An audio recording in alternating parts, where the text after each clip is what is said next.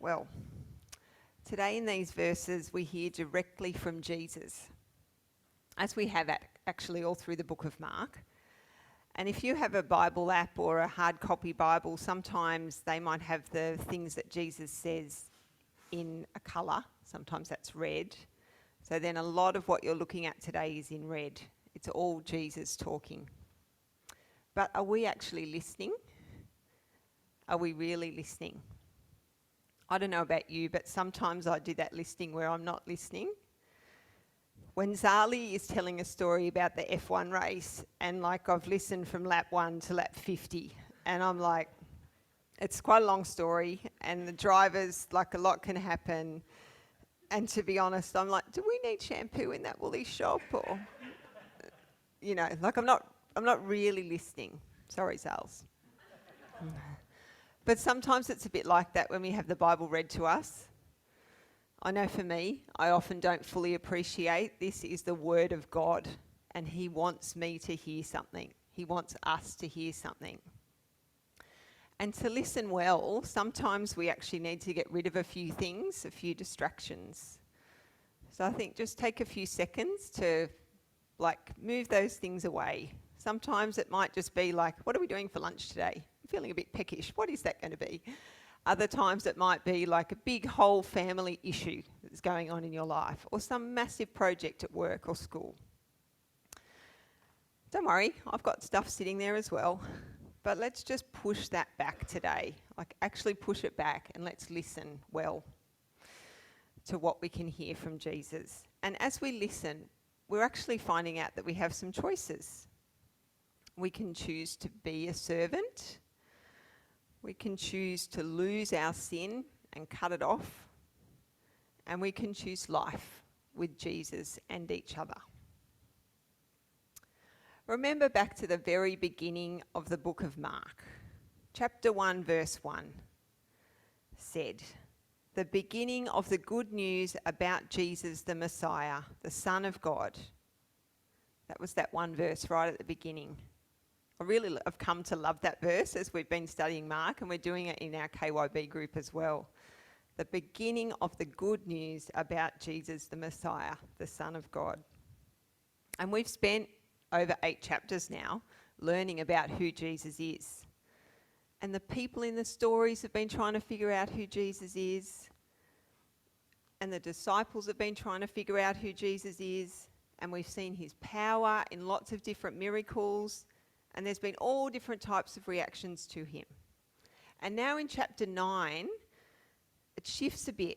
And Jesus begins to explain to the disciples exactly what the Messiah is going to look like. His version of the Messiah. Remember, not quite what they were expecting. And again here we see him teaching his disciples. We saw in those first few verses that Amanda read, he's taken them away from the crowds. And helpfully the verses tell us why he's done that. So he could teach them, continue teaching them. And straight up he delivers this message to them. The Son of Man is going to be delivered into the hands of men. They will kill him, and after 3 days he will rise. Say what? Surely they're like, what? Listen to that. The Son of Man is going to be delivered into the hands of men. They will kill him, and after 3 days he will rise. And another version says, the Son of Man is destined to be betrayed and turned over to those who will execute him. But after 3 days he will rise again. I feel like it's the climax of the whole story, just hidden here in the middle of Mark. We know that Jesus already predicted his death in chapter 8. He spoke plainly about what was going to happen, and he told the disciples that the Son of Man would suffer and be rejected and killed, and after 3 days he would rise again. And even though this was the second time they were hearing this, they didn't really understand what he meant, and they were afraid to ask. Verse 32, they did not understand what he meant and were afraid to ask him about it. Flashback to the long F1 story.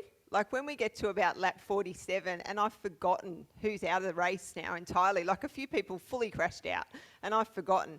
But it's too far along. I can't go, what happened there?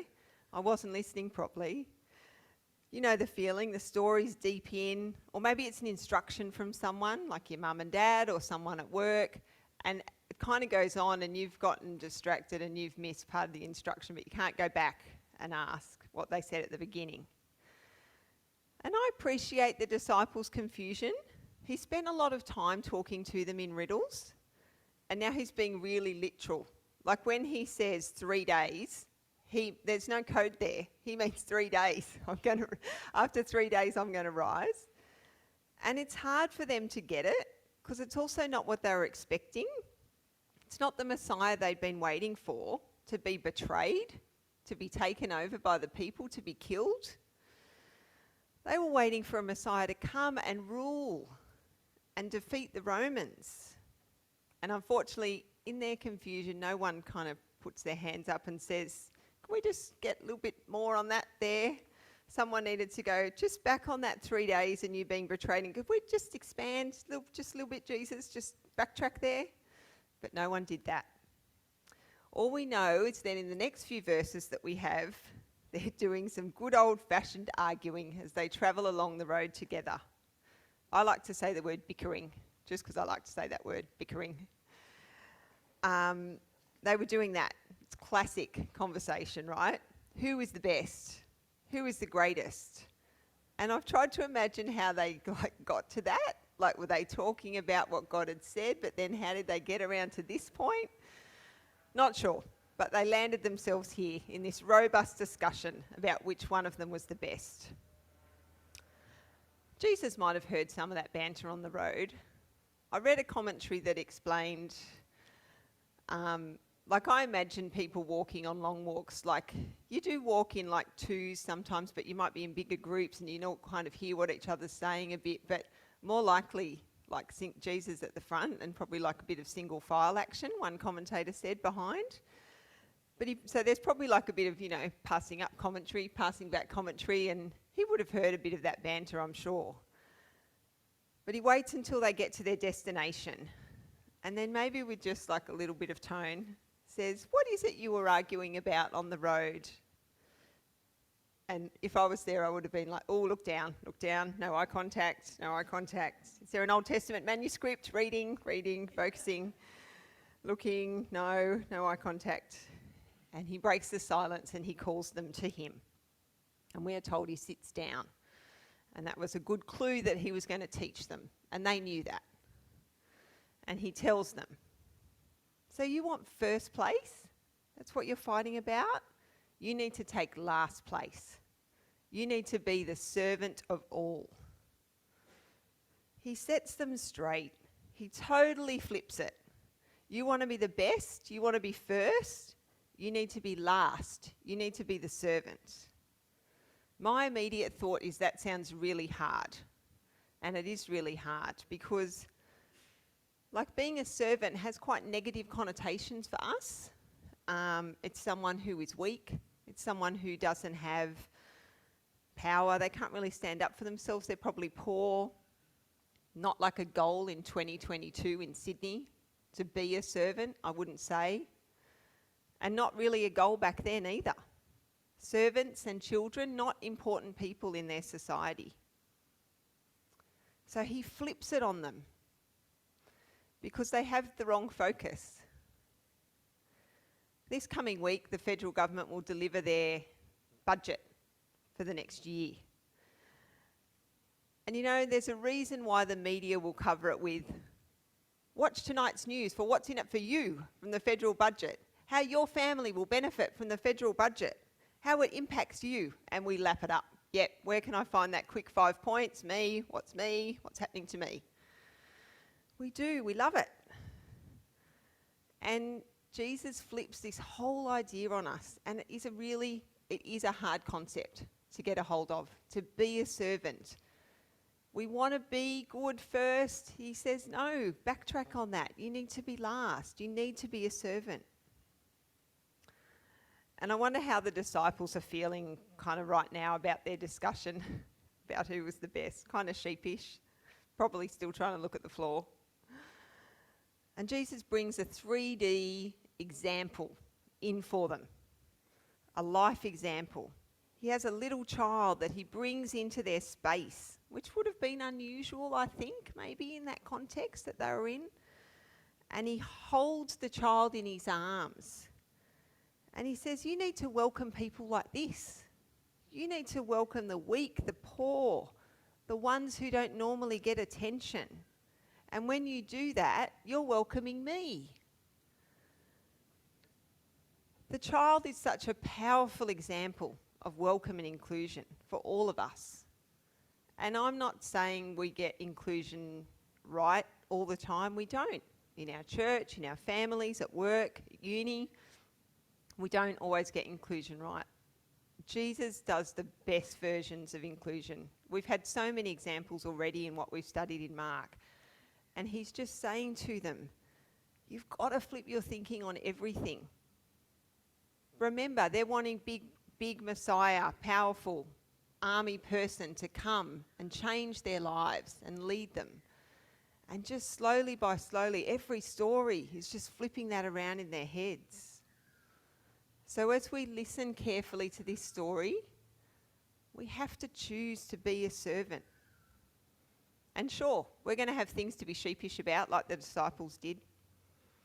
We have to be reminded to flip things around from me to other people. Next, there's this story with a question from one of the disciples. Teacher, said John, we saw someone driving out demons in your name, and we told him to stop because he was not one of us. Do not stop him, Jesus said, for no one who does a miracle in my name can in the next moment say anything bad about me. For whoever is not against us is for us. Truly I tell you, anyone who gives you a cup of water in my name because you belong to the Messiah will certainly not lose their reward. I'm always wondering about the interactions between the disciples and Jesus and how that was all playing out. Maybe they'd gone, okay, John, you talk to him about that situation. Tell him about the randomos that have been doing stuff in his name. Tell him, like, we're the 12. We've been chosen. He's teaching us, exclusively us. And now there's these other people doing miracles in his name. Just, ask him, what's the story? And let him know we tried to stop that. And Jesus' response again is not what they were expecting. Flipped again. It's probably not what we're expecting either, to be honest. He kind of says, stop it with the us and them. The work of God in the world is big. Jesus doesn't seem to agree with John's small view of the ministry here as he talks to him.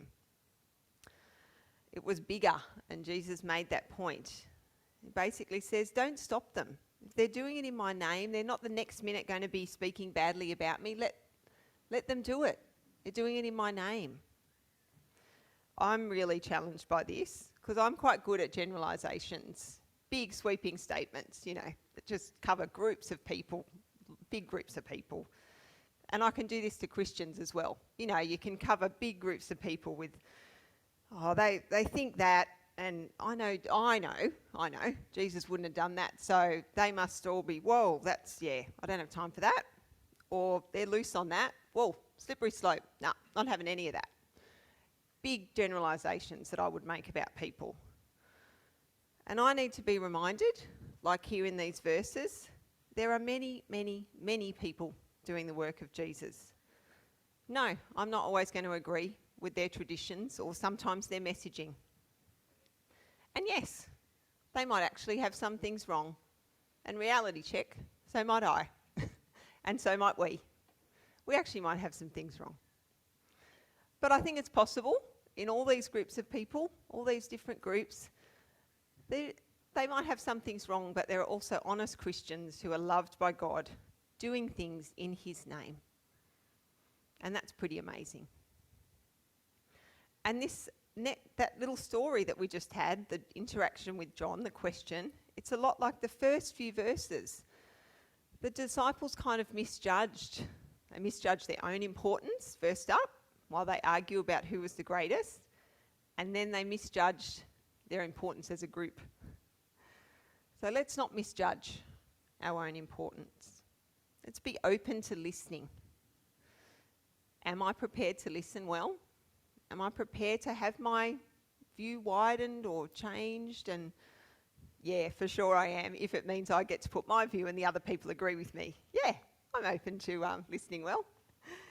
Yeah, that's kind of not what that point is. You know, we all need to be prepared to listen well and I think be challenged. And let's leave a bit of the us and them and let's focus on what we're doing here for Jesus. And as we made some big decisions last week as a church, we are going to be focusing on what we're doing. We're going to have to listen well to each other. We're going to be challenged. And let's really move forward with that together. And then we get some really weird verses about cutting of limbs. And I was like, yeah, I don't know about listening well to that. I might not have heard that one right. If anyone causes one of these little ones, those who believe in me, to stumble, it would be better for them if a large millstone were hung around their neck and they were thrown into the sea. If your hand causes you to stumble, cut it off. It is better for you to enter life maimed than with 2 hands to go into hell, where the fire never goes out. And if your foot causes you to stumble, cut it off. It is better for you to enter life crippled than to have 2 feet and be thrown into hell. And if your eye causes you to stumble, pluck it out. It is better for you to enter the kingdom of God with 1 eye than to have 2 eyes and be thrown into hell, where the worms that eat them do not die and the fire is not quenched. Everyone will be salted with fire. Salt is good. But if it loses its saltiness, how can you make it salty again? Have salt among yourselves and be at peace with each other. Kind of like another little story, a bit confusing. These words from Jesus are like hard, serious words. The millstones around the neck, the drowning, the cutting off of limbs. It's serious because Jesus wants to use these extreme examples because it is serious if we're causing other people to stumble. And sin is serious. And Jesus takes that so seriously that he suggests cutting off body parts is actually a better option than causing other people to stumble. I think he wanted his audience to be shocked. That's why he delivered it with those things. It's a warning. Jesus knows how serious sin is. He had to die for our sin. It all sounds a little bit underbelly mafia though, doesn't it? Millstones around necks. But they would have known, the people listening, that was a punishment that the Romans could do. They would have known that. And all the commentators agree, Jesus is not saying, he's not saying go and cut off a limb, okay? But he certainly is saying cut those things out of your life if they're causing other people to stumble and yourself. For the sake of everyone, especially the little ones, the young people and the young in faith. Because if you're persistent in sin that causes other people to stumble, you actually are better off to get rid of that body part.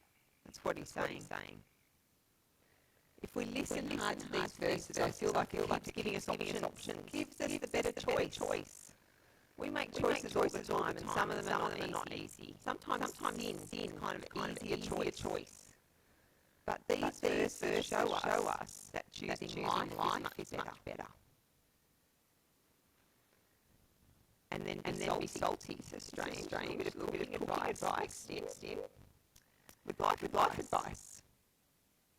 Everyone will be salted with fire. Salt is good. But if it loses its saltiness, how can you make it salty again? Have salt among yourselves and be at peace with each other. Do you notice 2 mentions of fire just in those little verses, but very different mentions of fire. Verse 48, there's hell, the fire that never goes out. Judgment. And then straight after it, verse 49, a different type of fire. One that refines us, that improves us. We are salted with fire, a good type of fire.